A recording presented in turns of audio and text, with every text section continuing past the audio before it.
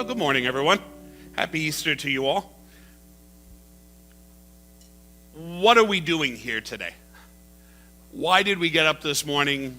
Why did we put on our Sunday best? Why did we come out? Why did we find time of this day of all days? And we noticed the church is coming over. Parking lots are full. Everyone's jamming in. And you ask yourself, and I think we have to ask ourselves, what is it exactly that we're doing here? What is it that what has brought us to this place on this morning that the Christian people call Easter Sunday? What is it that we believe, honestly? Ask yourself honestly, what is it that you're doing here? Are you here simply because tradition in your family has indicated that on Easter Sunday you get up, you put on a pink shirt, you wear a pink tie, you put on a jacket, and you run off to church? Or is it that, there is something else that is compelling you to bring you to this place? It really is fundamentally important. You need to ask and answer the question. I've been watching a lot of news lately, as probably all of you have, very interested, very concerned about the activities and the developments in the Ukraine. I have been, spending, I'd say, an hour or more a day just checking in with different news stations to find out exactly what's happening, what are the developments, how much support are the Ukrainian people getting, what is happening to them, how many, and have been very frustrated, obviously, by all the deaths, and especially the deaths that are clearly assassinations. This is a brutal travesty that regrettably we as the rest of the world seem to be sitting back and watching, and we're trying to help in little ways not to upset other people. And I'm not getting into the politics of it all, but you have to be honest and say, as we sit here this Easter Sunday, our brothers and sisters in the Ukraine are suffering immeasurably in a way and in a war that we have not seen the likes of since World War II, and with people who are fleeing from the country by the millions to find refuge anywhere outside of the Ukraine for hope that there is safety in those places. I was watching the news the other morning, and they were at this train station in Poland. And honestly, our Polish brothers and sisters have done an amazing job. You really, as the rest of the world, we have to applaud that they have opened their doors, not just of their country, but of their own homes, and have taken in off the street people who are coming from the Ukraine because they have no place else to go.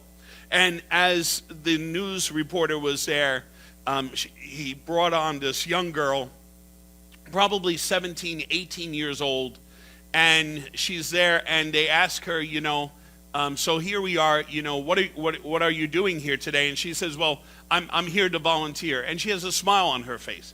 She has a smile on her face, and you're wondering, what is she smiling about? And she says, yeah, I'm a volunteer. And she says, well, the news reporter asked, so what is it that brings you here? And she said, Jesus. This is the weekend. This is the day. This is our Holy Week. And I wanted to come and show these people that they're loved and cared for, and that Jesus cares for them. And so you could tell that the news reporter gets nervous now. And I'm not sure whether or not the news reporter would have followed through and have done the interview with her. But she was absolutely sincere. And then the reporter asks, well, what do your parents think? And she says, oh, no, it's okay. They love Jesus too. And somewhere down deep inside, I found myself getting a little awkward about this. These are the things, these are the statements that are made that so many people sort of turn away from. And it makes us as Christians almost uncomfortable that another Christian would declare that they love Jesus, and that the reason they're there, the motivation behind why they do what they do, happens to be Jesus. That Jesus is the motivation. That's simple. And that the smile on her face comes from a resonance that she is doing exactly what Jesus has commanded us to do, and that is to love one another. And she has left her family and she has come out and she's spending time wearing this bright yellow volunteer jacket, welcoming people as they're coming in and trying to provide for them and connecting them with resources. And here she is on her feet all day doing all this. And the motivation, and she was answering honestly, why are you doing this? Jesus. It wasn't as though she was looking for an opportunity to proselytize. She was simply being honest about who and what she was and what the values were that she held.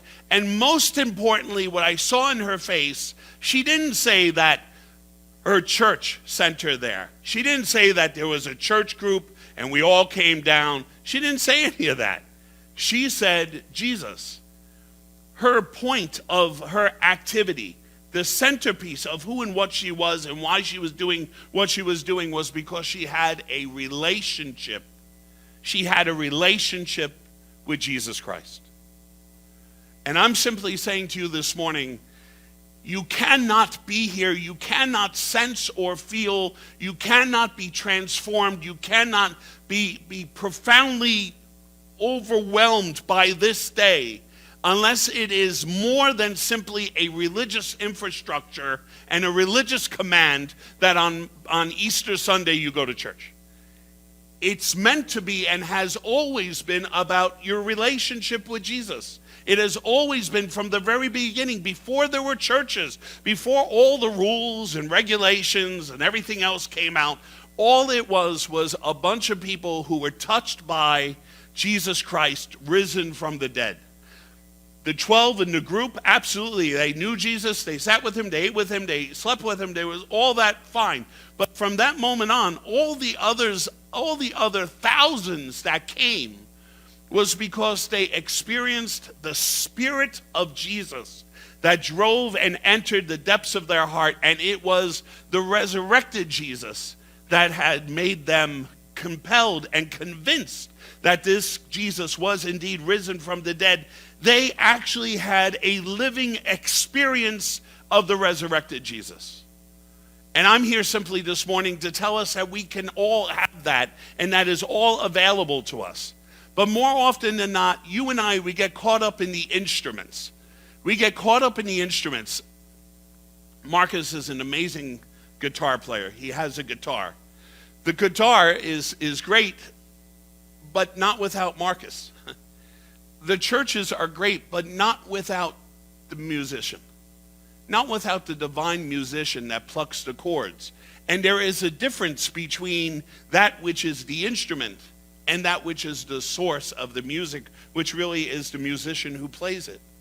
I think for us as Christians, we have to move beyond, and we have to challenge ourselves to say, how much of what we believe have we been taught? And are we actually believing correctly?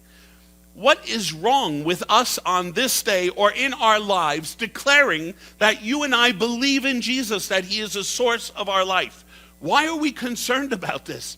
Why are we concerned about wearing a cross around our neck or wearing a shirt that has a symbol of Jesus or something on it? Because really, I woke up this morning with this profound insight that, I wear Tommy Bahama t-shirts. I got this little fish on my shirt. You know what I'm saying? It's a very small fish, but it's a fish nonetheless. I wear this. Nike, Adidas, all the stuff that we wear all has symbolisms of other things we believe in. When we go to Starbucks, right, they put our name on a cup and there's this huge cup. We have to learn specifically how to order in the world of Starbucks. We do all these things and they're all socially acceptable. But to declare that we believe in Jesus, that we live a life, that we're trying to follow Jesus. And yes, I understand, absolutely. And this is most of what my ministry is all about nowadays. Reversing things that people or institutions have said that have nothing to do with Jesus and everything to do with humanity. Everything that has to do with the human institutional church. Because the human institutional church, all through Holy Week, talking about why we can't eat meat on Fridays. I can't tell you 70 emails trying to answer that. I stopped typing. I just cut and pasted, saved it on the side. Because I figured if these 20 people sent it to me, there were going to be others. Everyone asking, well, why can't I eat? Well, no. Let's remember why we do these things. Not just because we're being told to do these things. That doesn't make any sense. How do you love someone just because they tell you you're supposed to love? That doesn't work like that. It has to be something that we're connected to. And on this day and on this morning, the disciples are terrible disciples. They're horrid.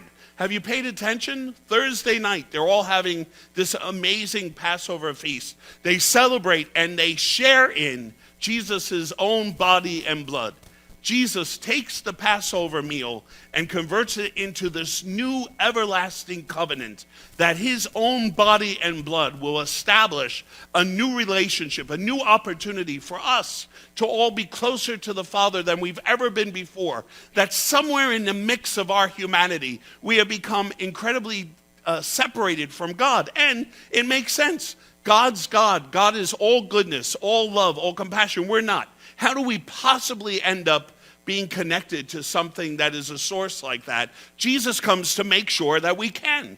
Jesus comes to make sure that we should not fear approaching the Father and being embraced by the Father, because Jesus' sacrifice has established that. But as he's at the Last Supper, after the Last Supper, they go out to Gethsemane. They're all hanging out. They're all pretty well, they've had a bit too much wine. I mean, Passover meals, there's, 6, 7 cups of wine. A good 6, 7 cups of wine. I'm ready for a nap. I mean, I get it. So they all go out there. These people come to arrest Jesus. They're scared. They're terrified. They run off. They all run off. And we hold Judas accountable. We hold Peter, and the poor guy. Even in this gospel passage, did you notice? I feel bad for Peter, because Peter was probably a guy my size. Peter and John run off. Well, Peter gets winded. He doesn't get there. Did you notice the gospel? The other disciple gets there first. Well, Peter's sucking air, trying to get there, trying to run to get there. The poor guy doesn't even get a break in the gospel, right? They're like, well, and then it's kind of like, well, by the time he got there, he went in. Well, all right, he had to stop for water along the way, like cut the guy a break, But in the midst of all of this, Peter and Judas get the blame. No, they all left. They all abandoned him, except for John, who was at the foot of the cross. Everyone else left. Everyone else left him alone.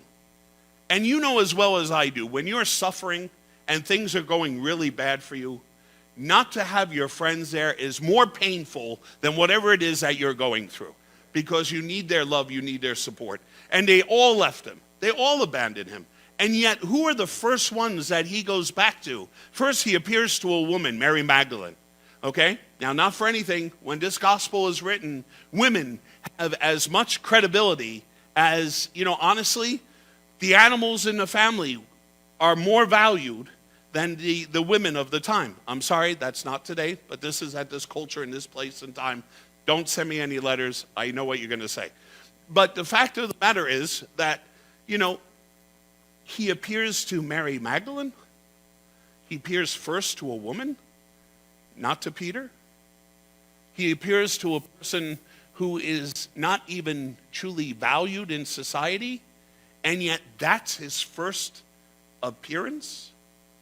And then ultimately goes and he spends time with his disciples, the ones who abandoned him, the ones who even at this moment in time are locked up in a room, terrified that they're going to get killed if they're found, because they put Jesus to death. They're going to do the same with me. Understand, they're the same as we are, but there is this distinction that takes place that Tom read about in the Acts of the Apostles. After the Spirit is sent, and once the Spirit descends upon the apostles, they no longer have the fear to stand up and be and declare the relationship they have with this resurrected Jesus. It is the Spirit that transforms them from cowards into these incredible heroes of Christianity. That Spirit is already with us. It's already here. And you know something? It's already here now. Today, this morning. There's nothing to do. There's no special prayers. There's no long 54-day novenas. There's no fasting. There's nothing. None of it. Remember, when Jesus is hanging on the cross, the thief that is saved is never baptized. It's never confirmed. He doesn't go to catechism. He's simply in close proximity to Jesus, and they hold a conversation, and he is saved. Simple couple sentences. Why do we make it so complex? Why do we want to make it so complex for people to draw close to Jesus? I cannot imagine that God, after everything God has done in our faith history, that God today is hiding somewhere, hoping we could jump through 1,000 hoops to try to get close to him. That's not what we see in Jesus.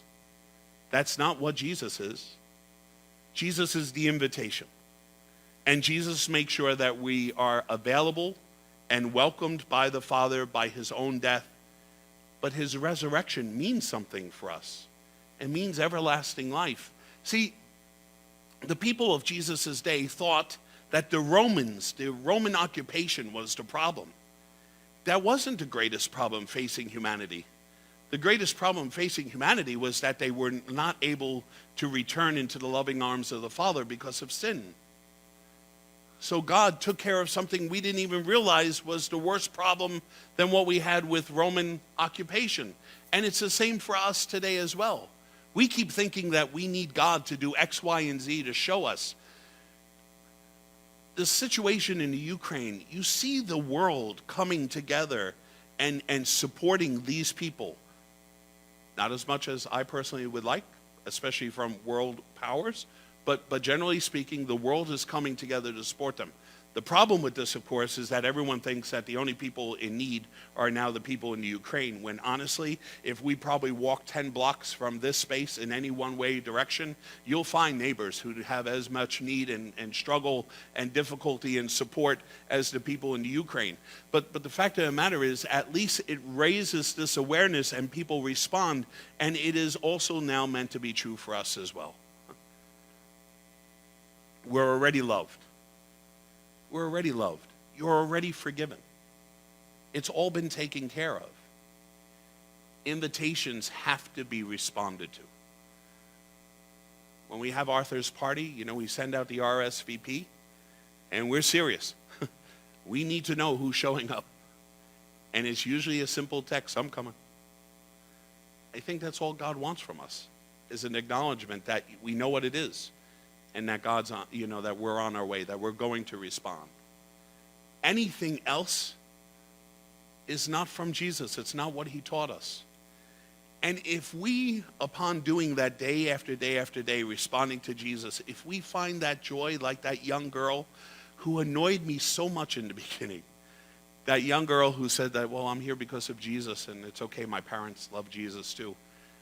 If we find that joy in our life, that motivation, that meaning, that purpose,